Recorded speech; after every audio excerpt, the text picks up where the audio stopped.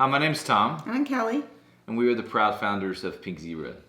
We're going to tell you our story today of how we met at a candle factory, left that candle factory and went on to create our own candle company, and then that ended up leading us to creating Pink Zebra. That's right. So we met in 1996 in a candle factory. I was in sales, and Kelly was in product development marketing. That's right. And we'd put product lines together, Right. create product lines together for other big retail business. That we Put their name on it. That's right, put their brand on it, right? So when we first met, I have never met anybody so full of energy and creativity as Kelly, right? And I knew that quickly began to trust that if Kelly was involved, that we were going to win.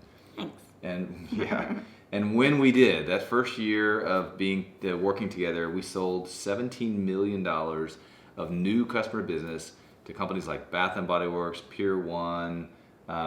Big successful programs. It was a big success, and the team we had amazing energy. It was. The team would come together, strategize, and we were just full of possibilities. We knew that if we went to see this customer, it wasn't if they were buying, it was which part were they buying or buying the whole program. Yeah. We just totally believed in each other, and we all had such confidence. It was awesome. The endless possibilities was basically what was happening. It was awesome. It was awesome. And in 1999, the company that we worked for, that company that we met in, was sold. And the new owners came in, and we didn't really care for the new owners. And so we all quit, our whole team. Like one by one, everyone ended up quitting. That's right. And so we all had our separate jobs, our separate lives. And it was actually kind of sad. Yeah, I remember trying to interject the same kind of confidence and process with a new salesperson, and I just couldn't find it. I couldn't grab it, That's right, because Kelly went to another candle company and tried to recreate the same thing. That's right. And I actually was starting our own business, our own candle business, out of our house while we were trying to raise kids. And Kelly would come home from work, and I'd be like, babe, you have to help me here with this color, with this program. And I'm like, well, hang on, I got to feed the kids. We got to get homework done and get ready for school tomorrow. Let's start later. And we look at it and start rearranging. And after a while, I literally just was like 2 weeks of this. I just said, okay, Tom, obviously we've got something here. Let's just make this happen. I'm going to leave my job and we're going to make this happen. And you were like, no, you're the only one with a job. Yeah, she's the only one that had a job, and we had $30,000 in credit card debt because we were trying to start this thing on our own. And she quit. She came home on Friday and said, I quit. I'm not working all these jobs, so let's get this team back together. Yeah. So we had amazing possibility in front of us. In fact, this team went on to create the third largest candle manufacturer in the United States. We ended up buying a 600,000 square foot manufacturing facility in Kentucky. We were making candles for everyone else's brand, just the same stuff that we were doing when we started, for people like Pier 1, Walgreens, Walmart. Big customers. It became a lot of pressure. I don't know if you probably remember the year that gas prices went from $1 to $4 a gallon. That same product that makes gas, the oil industry, also makes wax, and our largest purchase was wax. Exxon was not shy about passing price increases to us, and companies like our big retailers we sold to were not interested in letting us raise prices. There was an amazing squeeze and a lot of pressure, and it became all about price. Yeah, and because it was all about price, you just didn't need the creativity for the product. So at that point, we decided there was really no reason for me to be there, so I went home and kept raising the kids because they were at that point in life. So we separated again. That was terrible. I should have known that there were going to be problems in the future when she left. There always is. But we had to survive. We had to figure this out. This mounting pressure and all this force issue on price. We knew we had to make a change as a company. Or we wouldn't survive, and we had 200 families that were counting on us. It wasn't really about whether or not Kelly and I could figure out how to get jobs, but it was about those 200 families that really depended on us. People that you probably know in our business today, like Steve Reed, like Patty Parker, like Andrea Garrison, like Roger Creary, like David Hogue. There's a whole family of people that were counting on us to make the right decision. So in 2010, we began creating a company that would save us all, Pink Zebra. Believe it or not, the Pink Zebra name came from me.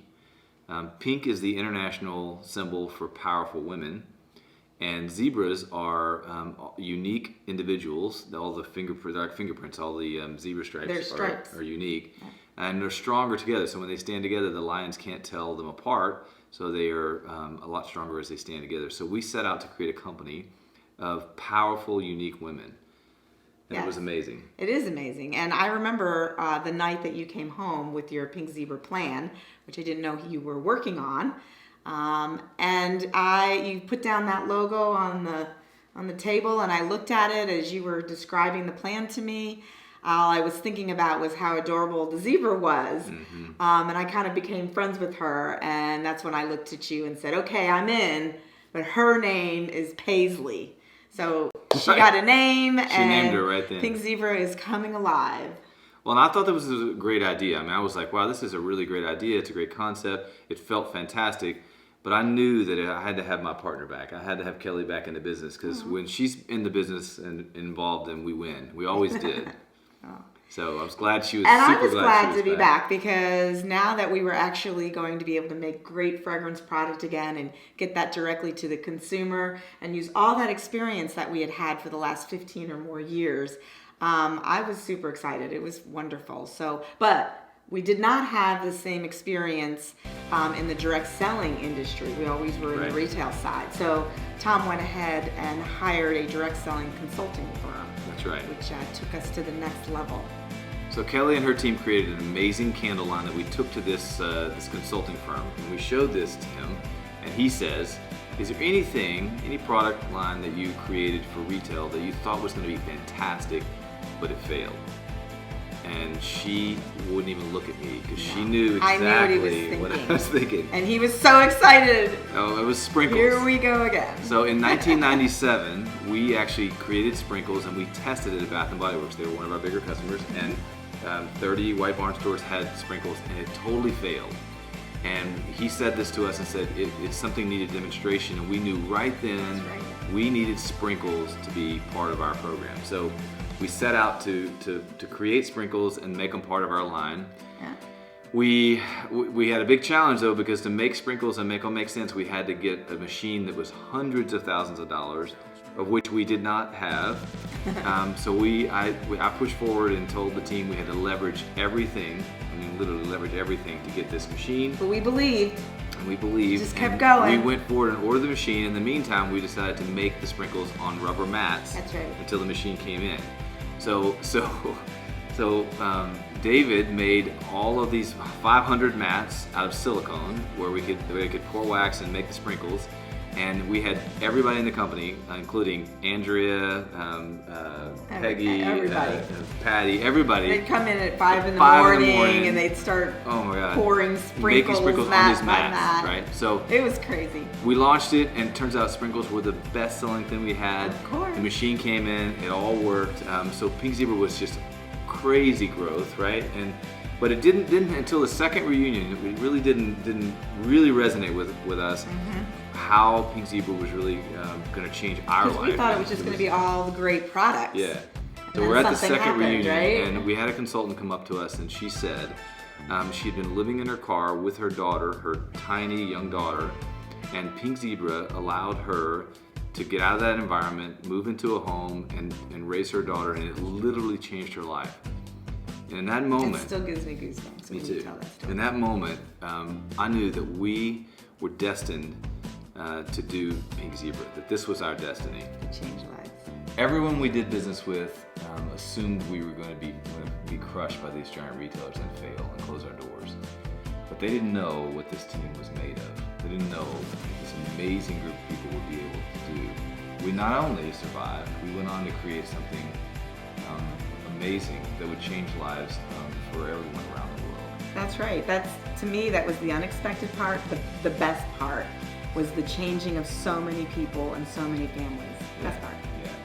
So every day, this Pink Zebra family gives hope and opportunity to change a life. We are grateful. Yes, and thank you for being part of our Pink Zebra family. Thank you.